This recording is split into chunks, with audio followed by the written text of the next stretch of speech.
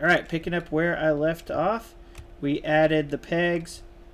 The marble teleports to one spot, but we wanted to, when it hits the bottom, we wanted to make it where when it hits the bottom, it teleports into one of those places up here, randomly. I wanted to choose one of those spots and randomly teleport it into that spot. So you can see I have spawn points. They're all in this little folder here. Let's go take a look at our script here. This is the script for the floor. When something hits it, it's going to put it at only this one spot. This is a static location, but I want to use more than just that location. I want to use one of those spots out of all those little areas that I added up there, those markers. I want to use one of those markers. So we need to get access to those markers. So let's grab those, or get access to those spawn points. So they're all inside this folder, so we need access to that folder. So I'm going to say on ready. And one of the new things is this little @ symbol for doing on ready there. I'm going to say var. I'm going to say spawn points. Maybe I should say spawn points folder, maybe. Is equal to get node. And I don't see it there. That's because this script is inside of this the container parts folder, so it can only see like its children. If you'll notice there, it only sees its children, the area, 3D, yada yada. So you need to tell it to go up a level so it'll see more, but we need to go up 2 levels. If you go up 1 level, it'll see all the floor. So let's try. I'll show you. So I say get underscore parent like this. Now you'll see that it sees not only its children, but it also sees 1 level above it. So now it sees floor and backboard and right and left side, but we still don't see the spawn points. That's because we got to go up 1 more level. So I'm going to say get parent again.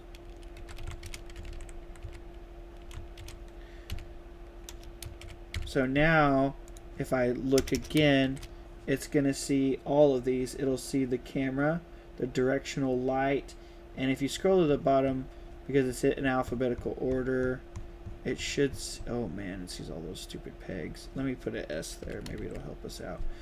Spawn points. So it can see the spawn points.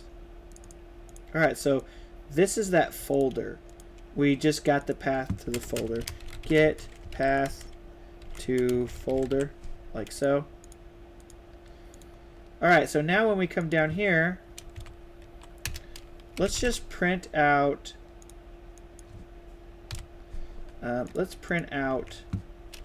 those locations. This is not going to help us, but you'll see.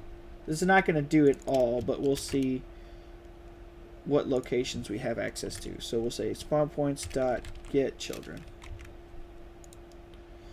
So when the marble hits it, it's going to teleport, but then it's also going to tell us all those children.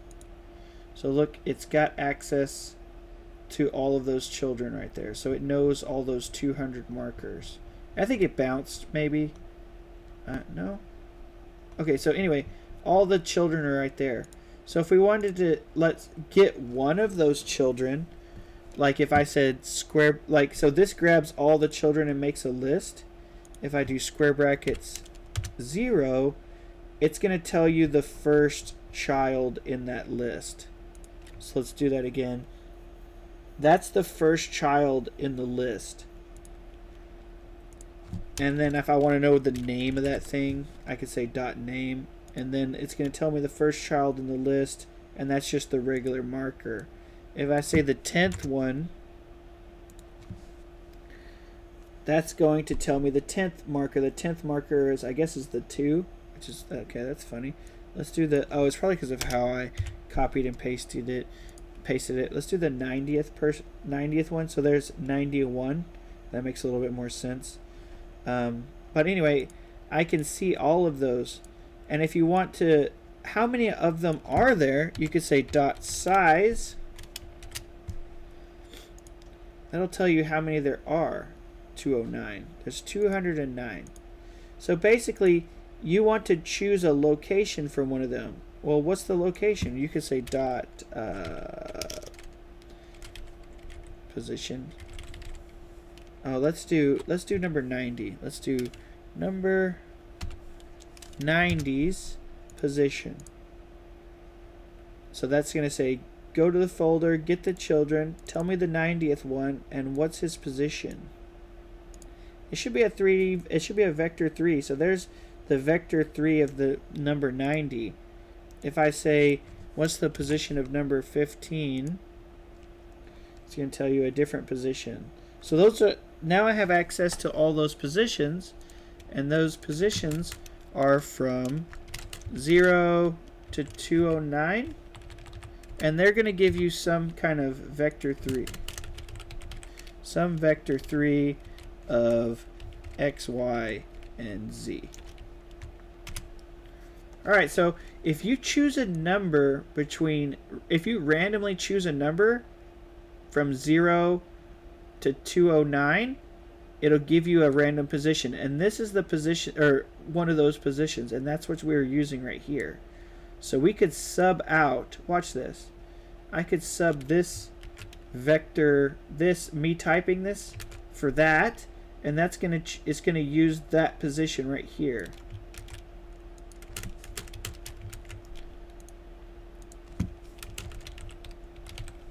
It's gonna use that position right there. So that, I don't know if we'll be able to see it, but there it is, over there. So if I change it to 0, it's gonna probably be more towards the middle, but you'll see when it hits, there it is, more towards the middle, falls. Interesting, just sits there. Okay. But we want to choose something, so this one needs to be arranged from 1 to 209. Now that's not how you put the range in there, but that's what I'm saying. I want to put a range of numbers from there. Okay, so let's see if we can do that. Up at the top, you're going to say var rng is equal to random number generator dot new. So we'll say create a random number gen.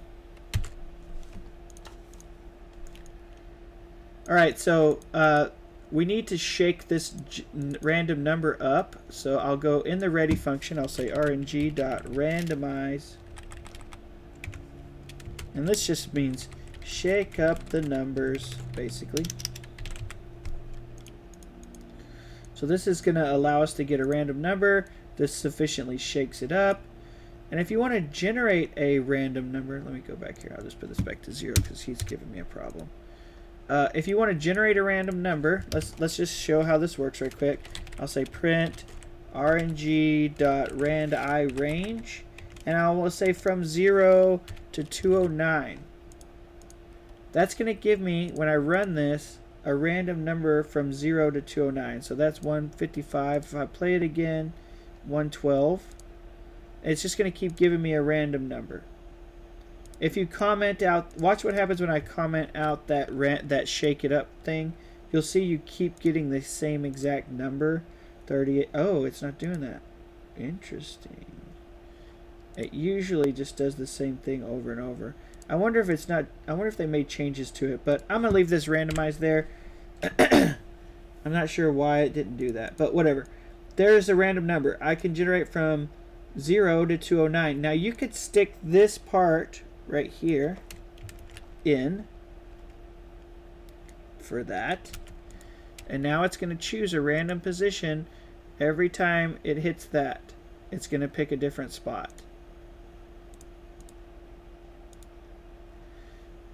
Different spot. Okay. This will work. This is fine. I like to do one other thing. That cap, that number right there, that 209, that's based upon how many children there are. If you want to know how many, so this number could change hypothetically, right? If, let's say I added another row, then that number's no longer 209. It might be something larger than that, 229 or something. So I want to make this number here dynamic. I want it to change based upon how many children there actually are. So you could use, I think there's a couple ways to do it. I can use count, I think. I'll use this right here. So if you say, so we're going to grab this folder. And then there's a function dot count, get child count. So if I run that, it's going to tell you there's 209. So if I added another child to this, it would be 210. And it would update that number. Alright, so going back to my code here, I want to use this. Get the number of the children. So I'll say var num of spawns. Alright, so that gets that number, and we're going to choose a position from 0, not to 209, but from the number of spawns. Alright, so I'll comment that out. Hopefully you guys were paying attention to that. That stuff I just went over is actually pretty useful for programming. I kind of feel like some people will just ignore it, but I feel like if you pay attention to that can really help you out, especially doing this over and over again. Okay, so now it's going to find that position, and it's going to generate a random number from 0 to however what the total is here. So let's play. I don't think we have to subtract 1, but we might have to. Oh, I got 209. Oh, it's printing 209 because of this. I don't need this anymore. Comment that out.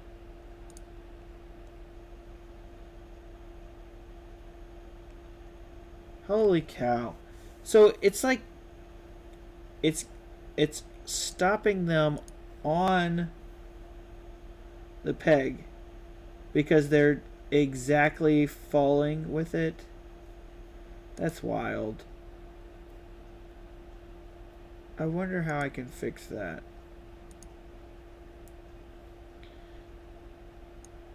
What does rough do?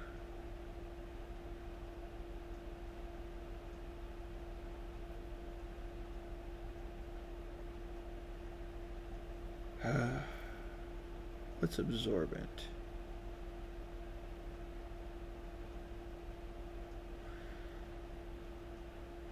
I guess I could just like barely offset them a little bit.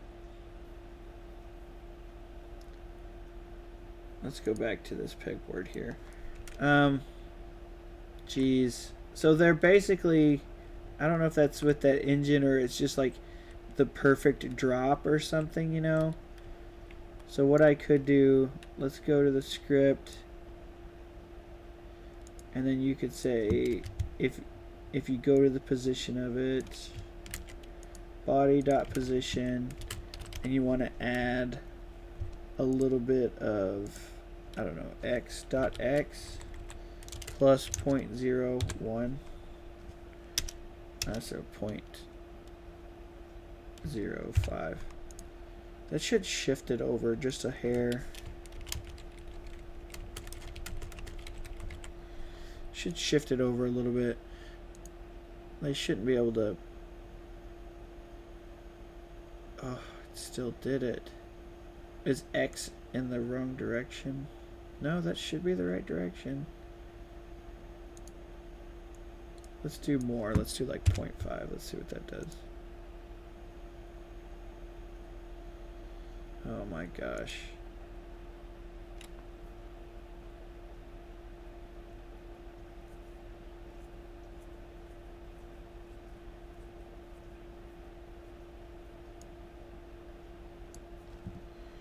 Point 2. What does that do?